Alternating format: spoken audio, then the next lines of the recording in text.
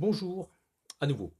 Euh, Nous allons procéder maintenant à des tests de piqûre avec la Singer 45A93, dont je rappelle que c'est une machine à canon que nous avons mise là en configuration piqueuse plate, c'est-à-dire avec la petite tablette amovible. Hein, on a vu ça dans la première partie. Je rappelle également que la Singer 45A93 est une Adler en réalité 205 sous-classe 6, 205 6. C'est une machine donc qui a été modifiée, que nous avons modifiée euh, pour accroître le passage sous pied. Hein. Alors on va voir ici.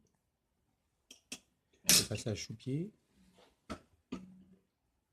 qui est là supérieur à 21 mm, aux alentours de 22 mm.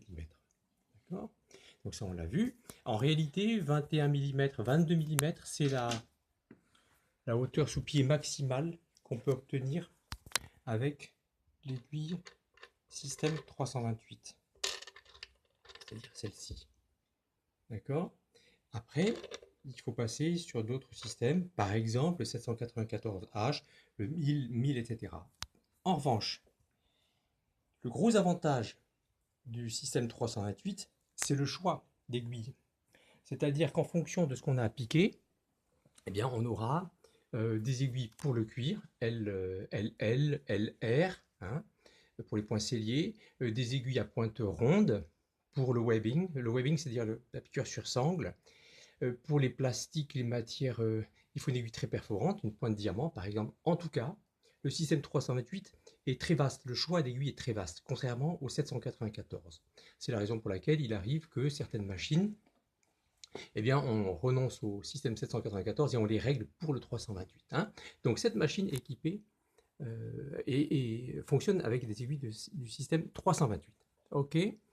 Alors, donc on va pas tout tester, mais bon, comme je le disais, c'est une machine à simple entraînement. Alors, à simple entraînement, ça donne une machine qui est très polyvalente. Euh, Celle-ci a une longueur de pointe de 7 mm, ce qui suffit à 99% des travaux. Hein. Ensuite, c'est des points très particuliers, des points très longs, c'est pas forcément très joli, mais c'est des points très spéciaux. Hein. Alors, c'est un simple entraînement, ce qui signifie que le système est quand même beaucoup plus simple qu'un double ou triple entraînement. L'inconvénient qu'on pourra rencontrer, c'est l'irrégularité de la longueur du point.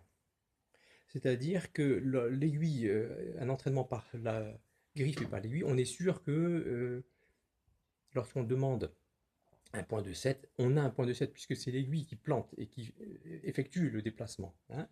Dans un simple entraînement, eh bien, on n'a jamais cette garantie, notamment lorsqu'on passe sur une surépaisseur ou avec un matériau qui est très freinant sous le pied. Alors, pour remédier à tout ça, nous avons un simple entraînement, mais ce pied est équipé d'une semelle téflonnée.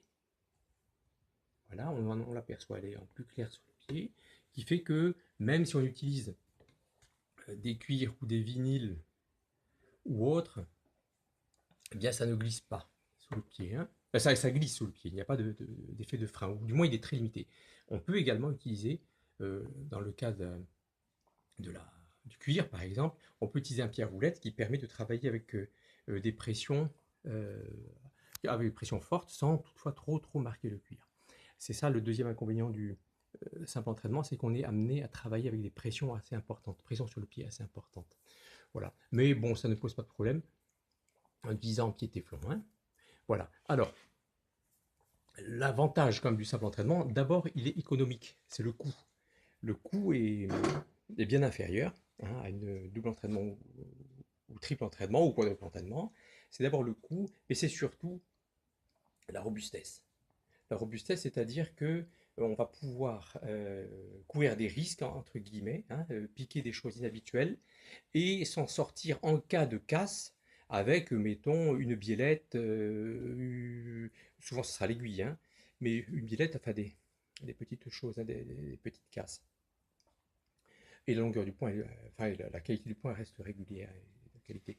Le fait du simple entraînement, double entraînement, triple entraînement n'a rien à voir avec la capacité à coudre, l'épaisseur à coudre, hein, ça n'a rien à voir. Donc là, par exemple, il s'agit de vinyle, hein, pas très épais, il fait 2 mm d'épaisseur, sur un carton plein, qui doit faire 3 mm d'épaisseur.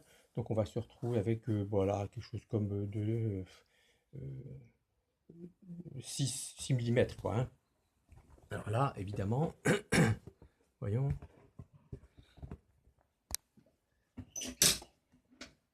Alors là, on a un moteur pas à pas, ce qui est un moteur à un cerveau, ce qui est quand même assez pratique. Hein. Peut-être que je vais donner un petit peu plus de... Voilà, On va pas être sur la même ligne. pour pas être sur la même ligne, ouais. Hein, décaler le calage. Hop.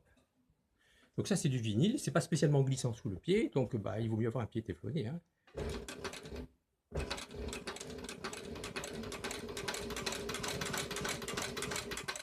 Alors l'aiguille s'arrête en position basse, n'est-ce pas? Et on relève, voilà. Ok? Un coup de talon. Un coup de talon. On appuie à fond pour dégager le pied et voilà la piqûre. Je coupe à ras.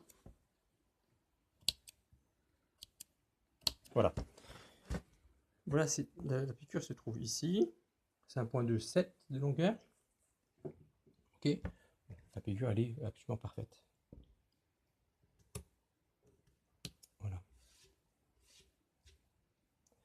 Donc là, on est sur 3 épaisseurs. Hein. Alors, nous utilisons toujours un fil différent pour les tests, c'est-à-dire que là en bas, le fil de canette est en vert, hein, pour pouvoir contrôler où le nœud se produit, hein, doit se produire au milieu de l'ouvrage, de l'épaisseur de l'ouvrage. Ok. Alors évidemment, là, il y a cette piqûre qui était, c'est des bordages en cuir. Hein, sur du carton, il n'y a pas de difficulté particulière. Ok. On va faire un...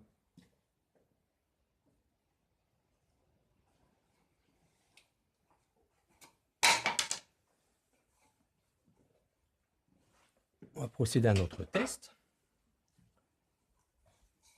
Alors là, il s'agit d'un contreplaqué extérieur et c'est de l'Okoume. Et si je mesure, il fait 5 mm d'épaisseur, parce qu'il arrive que dans certains métiers, on est à coudre sur support rigide. Je peux, par exemple, dans les garnitures de portières de voiture, hein, voilà, ou pour réaliser des panneaux acoustiques, etc., etc. Voilà, donc on est amené à appliquer sur des supports rigides, que ce soit du bois, de l'isorel, du PVC, etc. Okay, bon là, on va faire un test. C'est une moquette automobile, et c'est une moquette Mercedes d'ailleurs. Je vais mettre dans ce sens, c'est pratique. C'est une moquette assez lourde, hein, et très résistante. Voilà.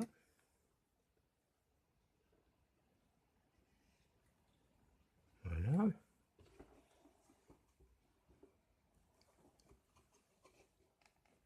Alors là, on voit qu'on est vraiment, enfin, en baissant le point de vue, on s'aperçoit qu'on est quand même, on est super confort. Hein. Passer, là, on a 10 mm d'épaisseur, il reste encore plus de 10 mm de gras, quoi. Hein. Voilà. Allez hop, on y va.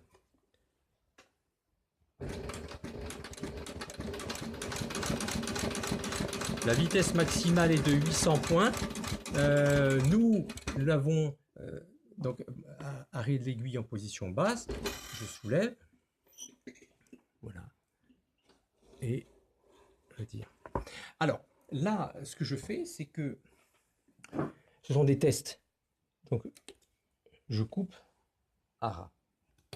Évidemment, en sellerie et autres, on laisse dépasser le fil et on le noue.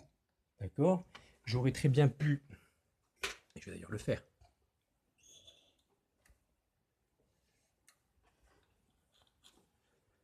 il y a une chose qui est quand même très importante dans pour ce genre de travail, c'est la capacité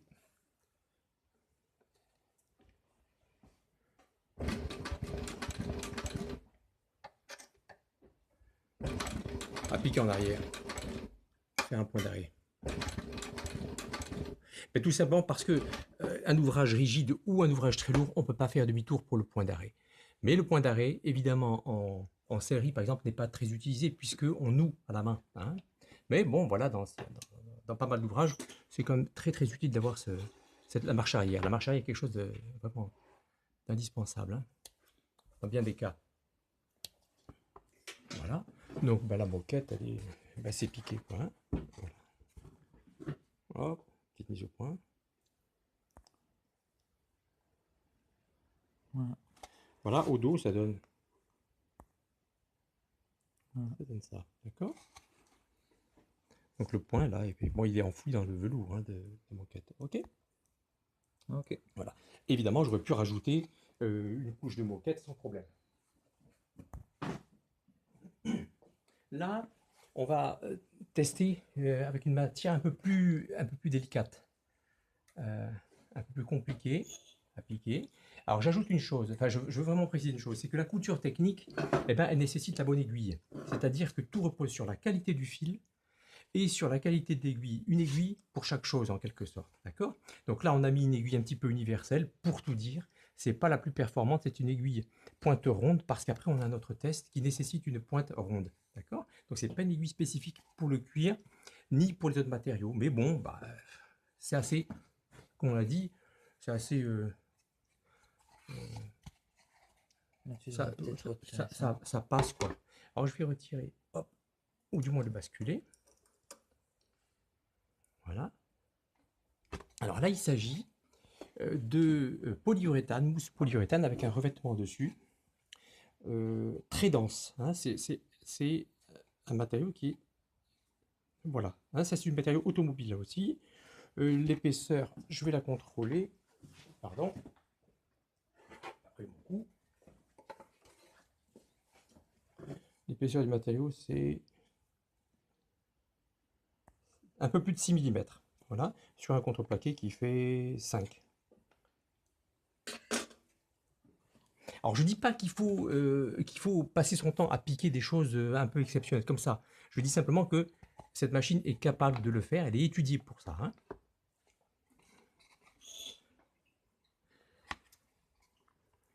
Voilà. Alors. C'est bon.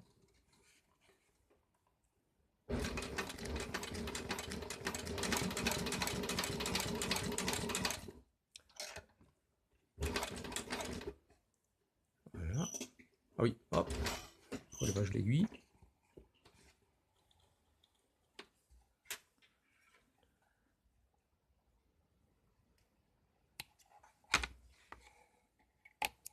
Alors on observe que, première chose, mon point d'arrêt, il est revenu exactement dans les trous, très précisément dans les trous. Hein, la machine a été réglée pile poil. Hein. Ok, là on a une longueur de point de 7 mm. Voilà. Au dos, voilà ce que ça donne. Hop, je coupe le petit morceau. Hein. Voilà, on a le retour, point d'arrêt, et voilà la piqûre. Ok. Ça c'est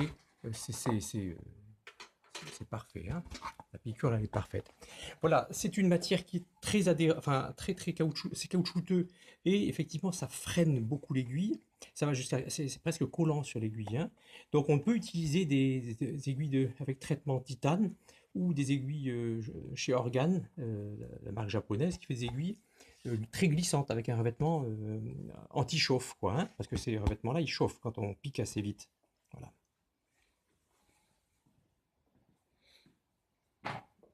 Alors, on va faire notre test et c'est pour ça que je pensais que j'ai conservé l'aiguille à pointe R. Ah oui, juste une petite chose pour revenir sur le moteur. Le moteur, c'est un moteur heavy duty, c'est un jack, servomoteur. Nous avons limité, nous, parce que c'est paramétrable sur le panneau de contrôle, ici, on paramètre assez simplement la vitesse maximale et donc en actionnant la pédale, on va de 0 à cette vitesse maximale. Hein, en sachant que cette machine ne devra pas dépasser 800 points par minute, ce qui est beaucoup déjà, c'est beaucoup. Je crois que nous avons testé la machine jusqu'à 600-700 points, c'est déjà très rapide, hein, parce que la longueur de point est quand même assez importante. Ok, dernier test. Nous avons fait un essai sur nous avons un banc d'essai avec une Adler 104 64. C'est une machine à double entraînement et que nous avons modifiée également pour augmenter l'épaisseur du matériau à piquer, hein, l'épaisseur maximale. Alors on atteint quelque chose comme 17 mm, 17 à 18 mm avec la 104, c'est une piqueuse plate, la 104 64, c'est bien ça? 104-64, c'est une double entraînement. Ok. Alors, c'est des machines, déjà c'est une machine que je connais assez bien, hein, puisque je l'ai restaurée, nous l'avons restaurée. Il y a beaucoup plus de pièces en mouvement quand même, hein, donc c'est une machine qui est très costaud, c'est une machine lourde et solide, mais elle est limitée. Elle est limitée à quelque chose d'assez sympa, parce que ça fait quand même une sacrée épaisseur, hein, ça c'est visible sur une autre vidéo. Eh bien, celle-ci, elle est polyvalente, elle n'a qu'un simple entraînement, et eh bien, on va faire comme on va faire Monsieur Plus, on va hop, rajouter une épaisseur, d'accord? Ce qui fait qu'on n'est plus à 6 x 3, mais 7 x 3 égale 21 mm, et 20 mm quand on presse, d'accord? Donc, Une fois cousu. une fois cousu, voilà, hein, on va soulever. Alors, encore une fois, regardez ça, bah, le fait de foutre 20 mm là-dessous, ça passe à l'aise, quoi, hein. Voilà. Alors, hop, je vais juste m'assurer que ça c'est OK. Voilà, c'est ici, OK. Alors, coudre des très fortes épaisseurs et de la sangle nylon, de faire du webbing comme ça, c'est quand même assez coton, hein. On parle toujours du cuir, etc. Bon, ça c'est quand même compliqué, c'est très compliqué, c'est au moins aussi compliqué que le cuir à piquer, hein, notamment dans des très fortes épaisseurs. En avant. Ah, pardon. Oui, j'ai commencé sur un point d'arrêt, ben, c'est comme ça.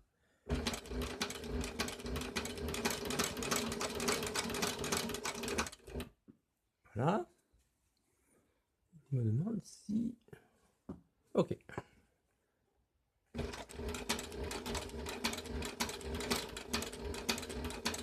Voilà. Pour l'aiguille.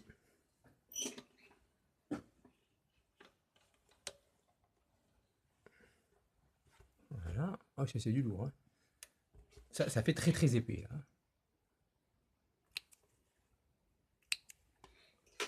Voilà. Attends, Alors, bouge pas. Bon, là, on voit rien, de toute façon, le point blanc est biais. Hein. oui, il est masqué Et dans la derrière, fibre. peut-être qu'on aperçoit...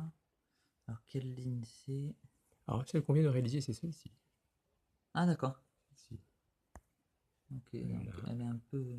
Parce que d'autres points, voilà, la piqûre précédente a été faite avec Ah oui, la d'accord, 200, là, la d'accord. 104. Je vois, ici, il y a le point de départ. Là. Voilà. On a commencé sur un point d'arrivée. D'accord, ok. Voilà, hein. C'est la dernière couche. Voilà. Hein, voilà la dernière piqûre. D'accord. Voilà. Donc là, si je prends juste pour rigoler, je prends ça pour rigoler, on est à... bon, je vais serrer un petit peu, hein, je vais serrer. On est à 21 mm là, 21 mm de... Hop, est-ce qu'on arrive à le voir? Oui, 21. Voilà, on est à 21 en pressant un petit peu sur le tissu, hein, sur l'ouvrage. Voilà, 21 mm, c'est quand même un gros morceau, c'est un assez gros morceau, hein. Et ça, ben voilà, de quoi faire voler en éclats les préjugés. Non, simple entraînement est une machine polyvalente, hein. Elle permet vraiment de faire à peu près tout ce qu'on veut. C'est beaucoup plus solide qu'une double ou une triple parce que c'est moins complexe. Et en cas de pépin, en maintenance, c'est quand même beaucoup plus simple et moins coûteux, hein. On trouve aussi plus facilement les pieds. Alors, C'est effectivement, alors, un petit lorsqu'on sur un triple entraînement, on a deux pieds, hein, deux pieds, et ce sont des couples. Alors, effectivement, c'est pas mal plus cher, quoi. C'est pas mal plus cher. Il n'y a pas le même choix, hein. Il n'y a pas en simple entraînement des pieds normaux, les roulettes, etc. Enfin, on peut avoir des roulettes. Il y a pas mal de choix, hein, de pieds possibles. Ok. Voilà. Je crois qu'on a fait le tour à peu près. On n'est pas allé au bout des possibilités de la machine, mais Voilà, ça c'est ce qu'on peut faire sans problème et facilement et sans compromettre la fiabilité de la machine, hein. Voilà, fin de la démonstration. J'espère que vous aurez apprécié. Salut! Bye bye.